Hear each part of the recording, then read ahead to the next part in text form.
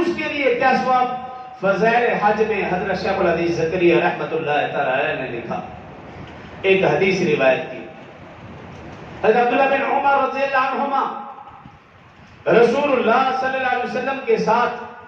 مینا کی مسجد میں حاضر خدمت تھے۔ حضرت عبداللہ بن عمر رضی اللہ عنہما فرماتے ہیں دو صحابی رسول اللہ صلی اللہ علیہ وسلم کی خدمت میں حاضر ہوئے، ایک انصاری اور دوسرا ثقفی۔ ان دونوں نے آ کر عرض کی، یا رسول اللہ صلی اللہ علیہ وسلم ہم کچھ پوچھنے کی غرض سے آپ کی خدمت میں حاضر ہوئے ہیں۔ رسول اللہ صلی اللہ علیہ وسلم نے فرمایا تم پوچھو گے یا میں بتاؤں؟ بزری یا وحی، یہ لفظ میں اپنی طرف سے کہہ رہا ہوں۔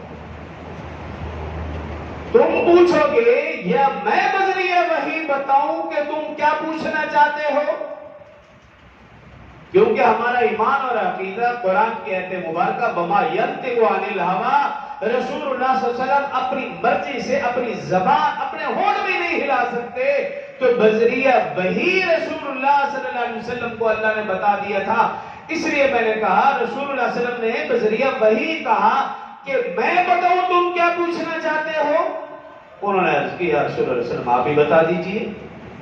تو رسول اللہ صلی اللہ علیہ وسلم نے فرمایا کہ تم یہ پوچھنا چاہتے ہو جو شخص حج کے ارادے سے گھر سے نکلے اس کا کیا ثواب، جو طواف کرے اس کا کیا ثواب، جو صفا مروہ کرے اس کا کیا ثواب، اور جو قربانی کرے اس کا کیا ثواب، جو سر منڈوائے اس کا کیا ثواب، جو وقوف عرفہ کرے اس کا کیا ثواب، جو طواف الوداع کرے اس کا کیا ثواب، یہی پوچھنا چاہتے ہو؟ دونوں صحابی نے کہا اس ذات کی قسم جس نے آپ کو نبی برحق بنا کر مبعوث فرمایا ہے، ہمارے ذہنوں میں یہی سوالات تھے جو آپ نے ایک ساتھ فرمائے۔ تو پھر رسول اللہ صلی اللہ علیہ وسلم نے فرمایا کہ سنو، جو شخص حج کے ارادے سے گھر سے نکلتا ہے اللہ ایک ایک قدم کے بدلے میں ایک ایک گناہ معاف فرماتا ہے اور ایک ایک نیکی لکھ دیتا ہے۔ اور فرمایا جو شخص طواف کرتا ہے اللہ تعالیٰ ایک عربی غلام آزاد کرنے کا ثواب عطا فرماتا ہے، اور جو صفا مروہ کے درمیان 7 چکر پورے کرتا ہے اللہ 17 غلام آزاد کرنے کا ثواب عطا فرماتے ہیں۔ اور پھر فرمایا کہ جب یہ بندے میدان عرفات میں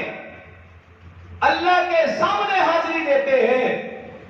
اللہ تعالیٰ فرشتوں سے فخر فرماتا ہے، اے میرے فرشتوں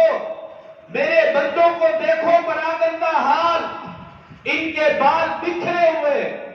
میری رحمت کے امیدوار، اے فرشتے تم گواہ ہو جاؤ،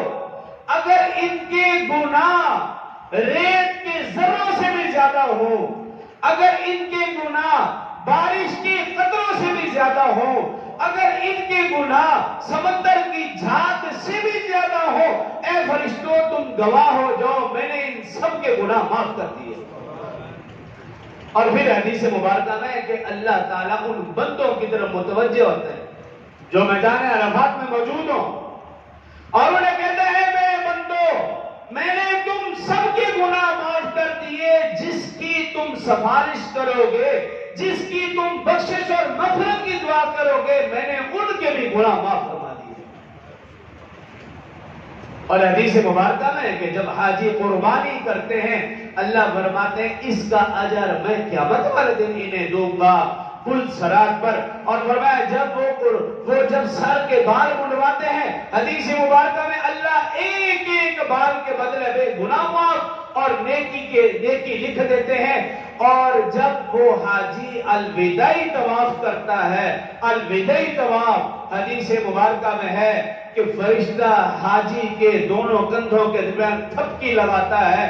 اور کہتا ہے حاجی اب تو اس حالت میں طواف کر رہا ہے کہ اللہ نے تیرے سارے گناہ معاف کر دیے، جب تو گھر جائے گا تو پھر اثر نو اعمال شروع کرنا، اب تیرے ذمہ کوئی گناہ نہیں۔ حضرت شیخ الحدیث زکریا رحمہ اللہ نے یہ حدیث بزیر حج میں لکھی، اور پھر اس کے ساتھ یہ بھی لکھا کہ شرط کیا ہے کہ وہ حاجی ناجائز امور سے بچتا ہو،